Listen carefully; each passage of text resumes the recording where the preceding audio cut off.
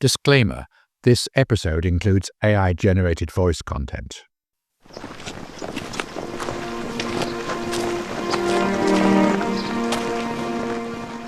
In June 2019, Harbin Engineering University welcomed a special guest named Tang Duo.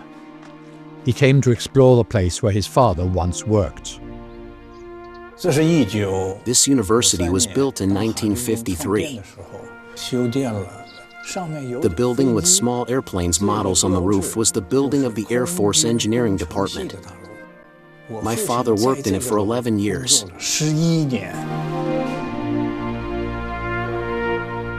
Tang Duo's father, Tang Duo, was one of the founders of Harbin Engineering University. It was here that Tang Duo established the higher education training system for the Air Force of the People's Republic of China. However, his unusual life experience began in the distant Soviet Union.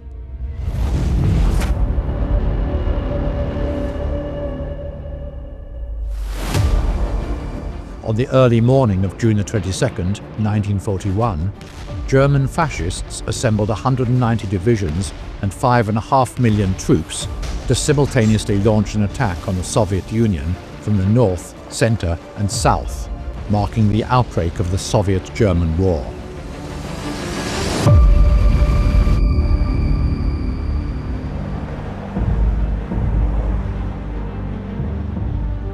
It happened to be a Sunday. Tang Duo was then a Chinese student at Zhukovsky Air Force Engineering Academy, the highest institution of the Soviet Air Force.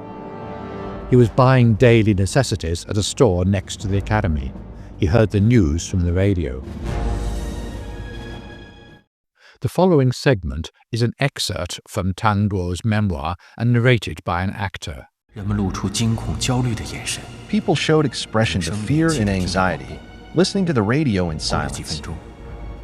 After a few minutes, a tall man, probably the store manager, shouted in a loud voice, "Shut the store right now." Only then did the customers come to their senses and rush out, and I left the store with the crowd.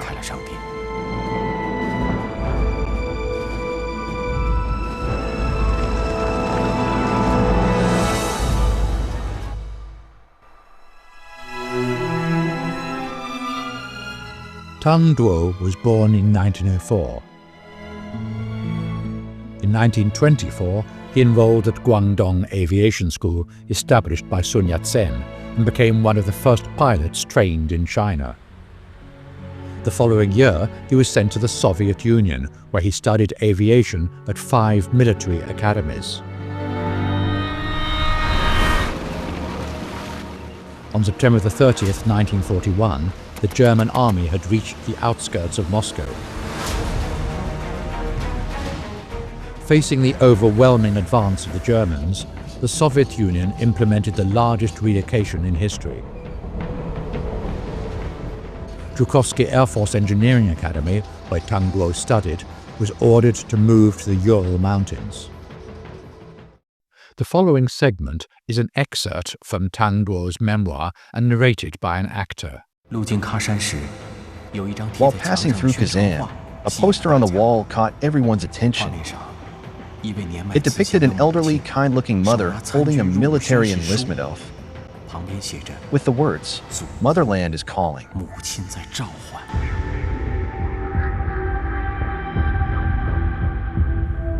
The poster left a lasting impression on Tang Duo. Although he was a Chinese in the Soviet Union, in a world of gunfire, facing the calling of such a mother, Tang Duo felt it was difficult for him to remain indifferent.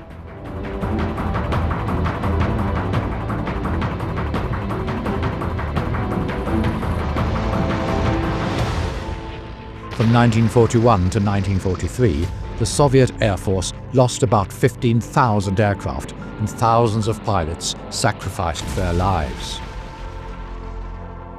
The severe shortage of pilots prompted the Soviet Army to recruit elite personnel from aviation schools.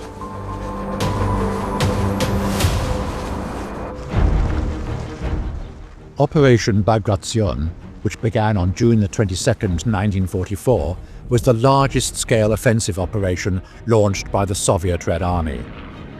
Tang Duo was assigned to the 74th Regiment of the Soviet 1st Air Army Group as the deputy commander. The following segment is an excerpt from Tang Duo's memoir and narrated by an actor. My mission was to fly at low or ultra-low altitude and attack the enemy targets in a combat zone as directed by the ground force commander.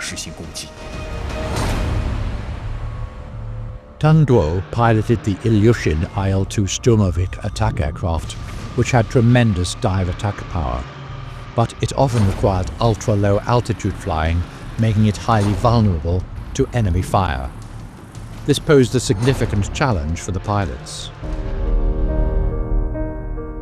During World War II, Tang Duo participated in multiple battles across the Soviet Union, Poland, and Germany. On the days of the most intense combat, he set a record of 6 sorties in a single day. For pilots, every sortie meant dancing with death.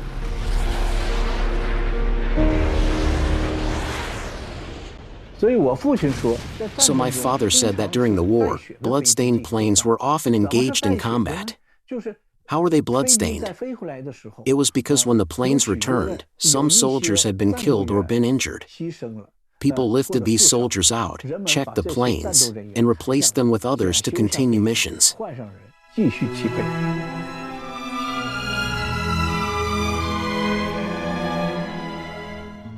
Tang Duo had a comrade named Aslov, who bid farewell to his pregnant wife before heading to the front lines.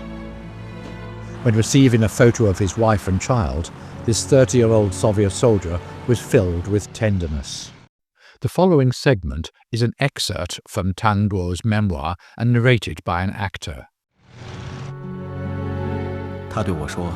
He said to me, "I miss them so much." Before we took off, I saw him kiss the photo of his wife and child again. So I joked with him, "We're about to win the war. Let's save our kiss when we get home afterwards."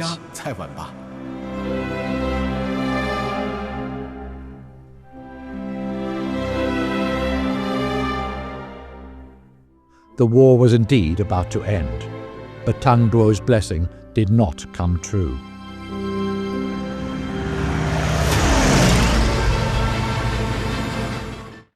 The following segment is an excerpt from Tang Duo's memoir and narrated by an actor. As I approached the enemy's defensive positions, I flew at low altitude, forcing my way through the enemy's anti-aircraft fire line and quickly got close to the target. It was a large bungalow and was not very obvious, making it difficult to hit with bombs.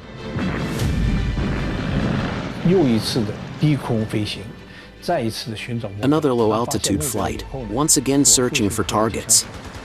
After spotting the target, my father and the gunner opened fire on it together. The enemy's command post was finally destroyed.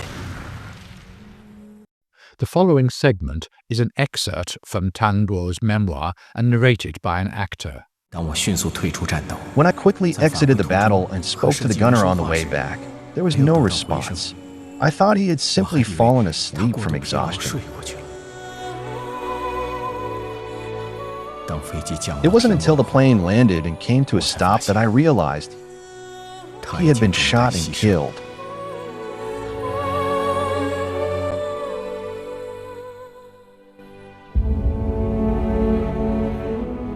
On May 8, 1945, Germany announced its unconditional surrender.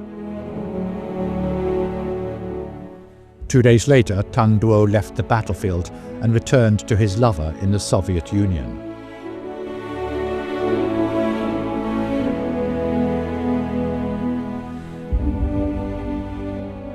For his contributions during the war, Tang Duo was awarded the Soviet Order of the Patriotic War.